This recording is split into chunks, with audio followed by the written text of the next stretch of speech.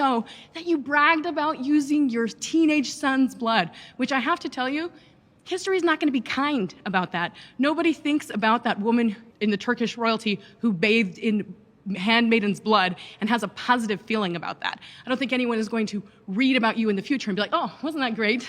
Wasn't that awesome that Bryan Johnson used his own teenage son's blood to make himself younger? No one's going to feel that way. So, again, why do you care? Okay, so he used his teenage son's blood. What, he's taking a risk. Okay, again, entrepreneurs take risks. Who knows if that's going to work out? He's almost using his body like an experiment for the rest of us. So, again, thank you to him, okay? I don't know if it's going to work. Let's see what happens, okay? But stop the complaining, please.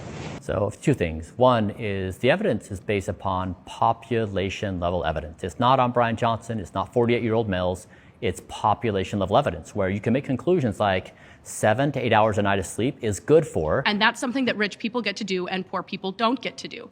Oh my God. Okay, so now advocating for people to sleep well is a bigoted statement. Can you even win with these people? Really? Do you think rich people are working overnight shifts? They're not. Yeah, you need to give me a little space to respond. Sure, of course. Okay, so you did the other thing you were saying about my son's blood. So the reason that came about is my father is now in his early 70s. He has cognitive decline. He called me one day and he said, Bryan, I'm suffering that I can't now complete basic work projects. I'm losing my mind and I'm terrified. I said, Dad, my team and I are doing research on cognitive decline. There's a new therapy of exchanging plasma. If it would be helpful to you, I'd be happy to do this. So I did the plasma exchange for my dad because he's losing his mind. Now my son said, hey, Bryan, Dad, if you're doing this, I'm happy to do it too. We'll make it a tri-generational thing. It wasn't me and my son, it was me doing it for my father.